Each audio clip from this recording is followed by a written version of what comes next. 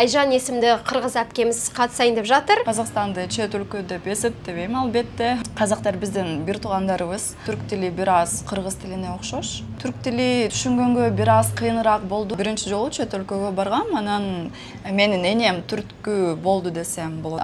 Каяка келдим деп жүрөгүм түшүп, мен кайра Бишкекке барам. Кыргызстан жөнүндө эч качан билишпейт. Кыргызстанды билбейт экен, мейли Казакстан деп айтып көрөйүн десем, Япониядансыңбы, Латинская Америкадансыңбы, Мексикадансыңбы деп ойлошот, анан Кыргызстанданмын десем, билишпейт. Сәлеметсіздер ме, құрметті көрермендерім? Менің арнама қош келдіңіздер. Бүгінгі менің сұхбатыма қонаққа Айжан есімді қырғыз әпкеміз қатысайын деп жатыр.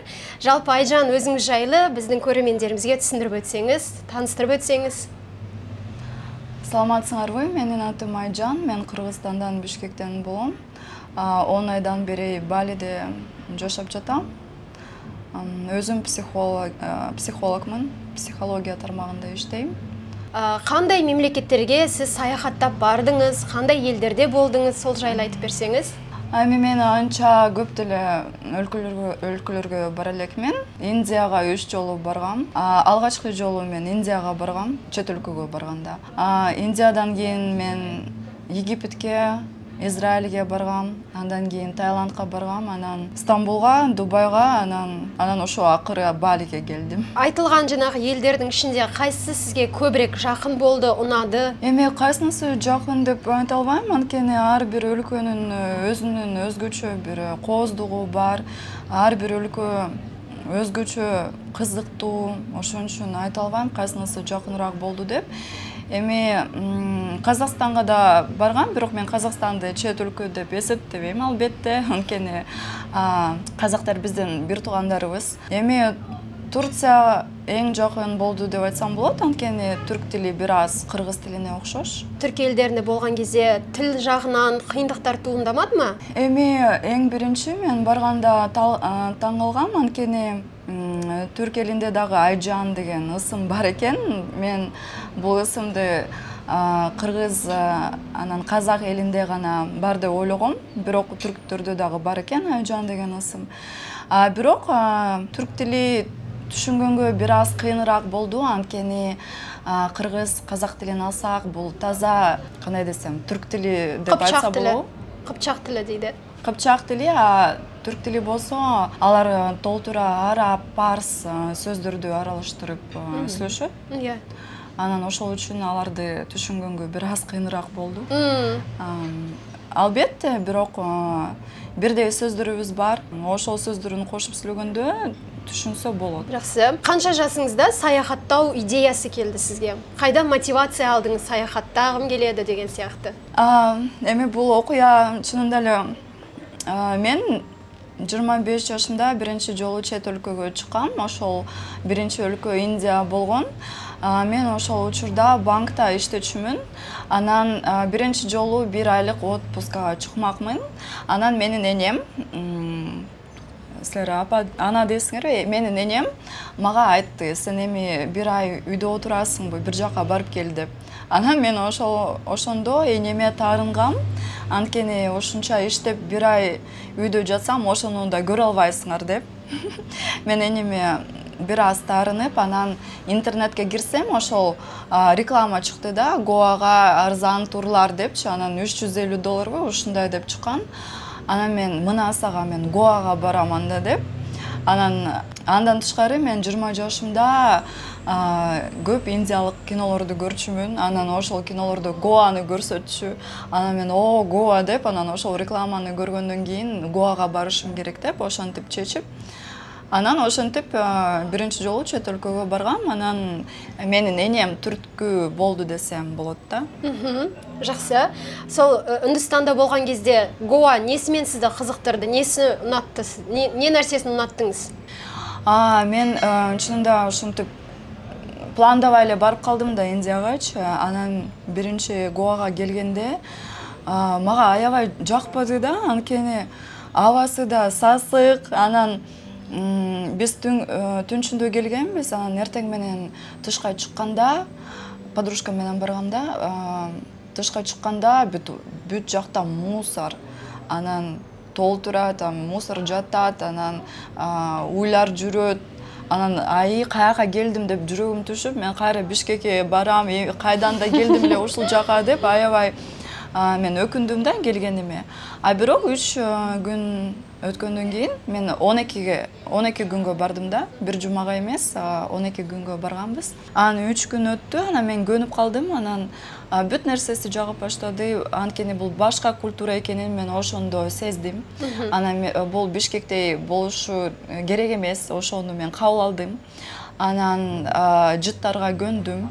Анан Индия, Гоа мага аябай жагып баштады. Анан акыры мен Гоадан кетким келбей, арам Бишкекке бардым. Сонда сиз Үндүстанда тек Гоа жеринде гана болдуңуз, башка аймактарына жолго чыкпадыңызбы?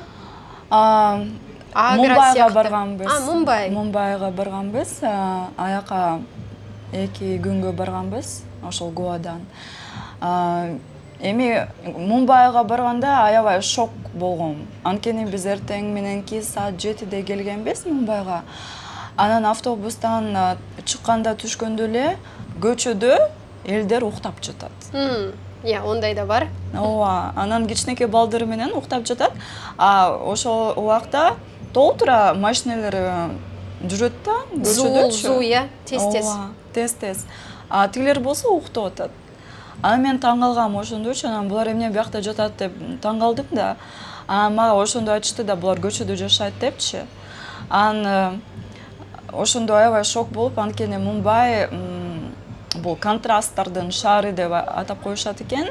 Анткени Мумбайда Азияда эң кымбат мүлк ошол жерде экен. Бирок аябай ушундай кедей адамдар дагы. Кедей адамдар көп экен да. Бизде болдук Мумбайда. Сиздер да көрдүңөрбү? Көрдүк онун барлыгын. Жакшы, ал Мумбайда Улуу Британия элинин гыймараттарын көрдүңүзбү? Ооба, ошол айтпадымбы, Мумбай контрасттардын шаары экен депчи. Центр жака барсаң аябай мындай Британия аябай мындай цивилный жерде жүргөндөй сезесиң да, өзүңдүчү аябай көчөлөрү таза центрде. Анан имараттары дагы аябай сонун, кооз. Ооба. Жанакы вокзалы деле аябай кооз көрүнөт тышынанчы. Анан ошол бутиктер, Бентли, ошонун баарын көрүп, кымбат, ооба. Анан бир аз эле тияка барсаң, чет жакка барсаң, аякта такыр башкача да жашоо. Ошону менен аябай кызыктырды да Мумбай. Аябай мындай кызыктуу шаар экен. Жалпы өзүңүз биздин эмне түркү тилдүү туустарыбызга Үндүстанга барып келүүнү сунасызбы?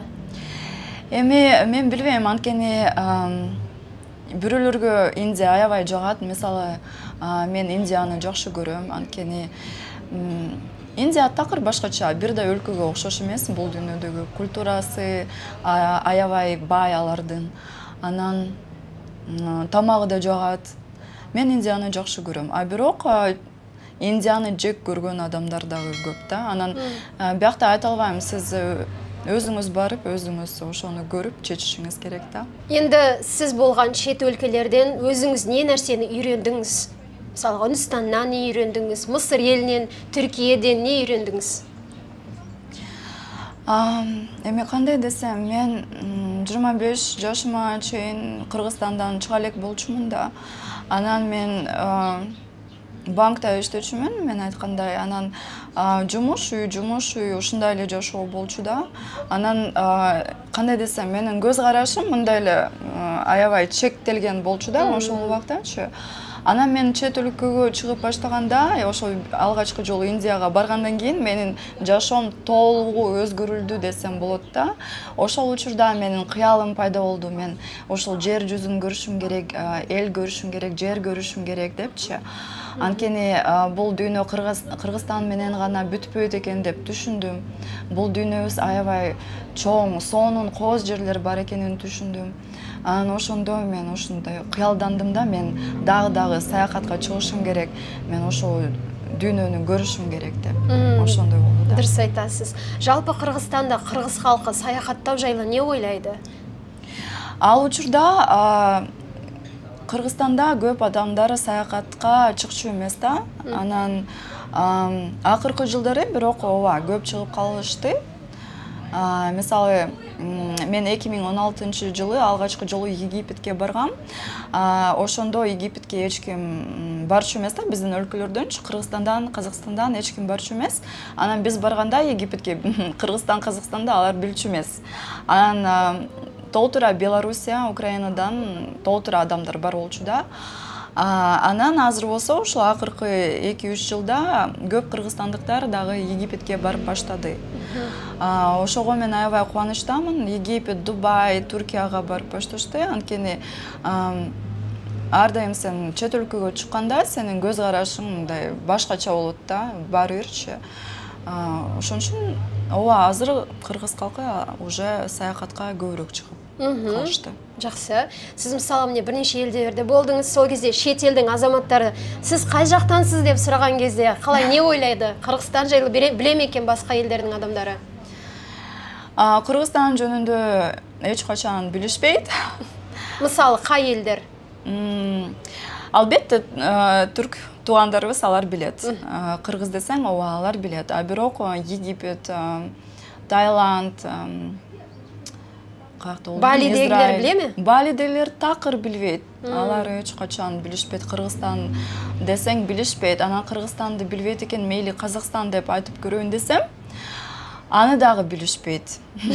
Анан ошол Балиде жашаган ошол жергиликтүү эл алар билишпейт. Анан биякта чет өлкөлүктөр дагы жүрүшөт да, жанакы Австралиядан, Европа, Америкадан келген дагы толтура чет өлкөлүктөр бар биякта. Анан алар менен сүйлөшкөндө дагы алар сурашат каяктансың депчи. Анан кээ бирөө ойлойт сен Япониядансыңбы же Латинская Америкадансыңбы, Мексикадансыңбы деп ойлошот. Анан Кыргызстанданмын десем, билишпейт көбү, бирөөсү, экөөсү билиши мүмкүн. Анан Казакстан десем, анан Борат деп ошондо күлүп башташат. Анан Борат жөнүндө мага айтып берип башташат да. Сиз өзүңүз көрдүңүзбү сол фильмди? Эми биринчи канчанчы жылы чыкты эле? 2006 жылы чыкты эле. Эсимде жок. Эски фильм ғой. Ооба, аябай эски. Мен ошол биринчи чыкканда мен көргөм, бирок мага ал кино албетте жаккан эмес, анткени бул казак элине эч кандай тиешеси жок кино. А бирок биякта ошол чет өлкөлүктөр билбейм эмнегедир ошол Боратты аябай жакшы көрүшөт, анан эстеп жүрүшөт да. Шет элдин азаматтары энди оларга күлкү болсо болду ғой, былай юмор дейді ғой. Ооба. Жалпы сиз саякаттаган кезде өз каражатыңызды экономдайсызбы? Және қалай экономдайсыз? Шығындарыңызды былай бақылап отырасыз ба дегендей? Эми кандай десем, анча деле экономдойм деп айтсам болбойт. Эми албетте кымбат. Эми Балиге келдим. Балиде сонун жерлер аябай көп. Анан ошол келгенден кийин көрүшүм керек да. Анткени ошончо алыс келип алып кантип көрбөй коесуң. Анан ошондой жерлерге барганда эми анча деле экономдобойм да, анткени менин оюмча жашоо кыска. Анан өзүңдөн аябашың керек. Анан мисалы бирок кереги жок кымбат нерселерге акчамды кетирбейм. Мисалы аябай, мисалы биякта алкоголь аябай кымбат. Мисалы мен аны ичпейм. Ошондой нерселер да. Жақсы, дұрыс айтасыз. Мысалға, сіз өзіңіз психолог ретінде біздің көрермендерімізге саяхаттауға қалай мотивация айта аласыз? Немесе психология тұрғысынан қалай дайындалу керектігін саяхатқа? Эми менин оюмча даярданбай деле коюш керек. Жөн эле биринчи өлкөңүзгө биринчи жолу бир чет өлкөгө чыгып көрүшүңөр керек. Андан кийин уже өзүңөр өзгөрүүлөрдү сезесиз. Анан ошондо өзүңөрдө мотивация пайда болот. Чет өлкөгө чыкканга, саякаттаганга, анткени башка бирөө айтса, ал башкача болот. А өзүң чыгып, ошол өлкөгө барып, ошол нерсени сезгенде, өзүңдүн көзүң менен көргөндө, ошондо рахат алганда такыр башкача болот. Ошондо өзүң эле кайра чыккың келип турат да чет өлкөгө. Дұрыс айтасыз. Жалпы өзіңіз Қырғызстанға қашан қайтайын деген ойыңыз бар? Әлде Балиде тағы да бірнеше жылға қаласыз ба? Эми мен негизи аябай көп нерселерди пландаштырганды жаман көрөм да. Анан мен алгачкы Балиге 2 айга эле келгем. Анан 2 ай эмес 10 ай өтүп кетти. Мен дагы эле Балидемин. Анан билбейм качан Кыргызстанга кайтам. Эми бияка дагы жашайын деген андай деле ой жок, анткени дагы көп өлкөлөргө бара элекмин, көрө элекмин. Анан албетте дагы саякаттанайын деген ниетим бар. Ошондой өзүмө мындай чектөөлөрдү койбойм да, ушундай да. Жакшы, Айжан, көп рахмет сұхбатқа қатысқаныңыз үшін. Сізге жұмысыңызға сәттілік, біздің көрермендерімізге сұхбатымыз ұнады деген ойдамыз. Өздеріңіздің ойларыңызды төменде комментарийда қалдырып кетіңіздер. Айжанға сәлем айтсаңыздар болады комментарийда. Жақсы, сонымен сау болыңыздар, қош көріскенше.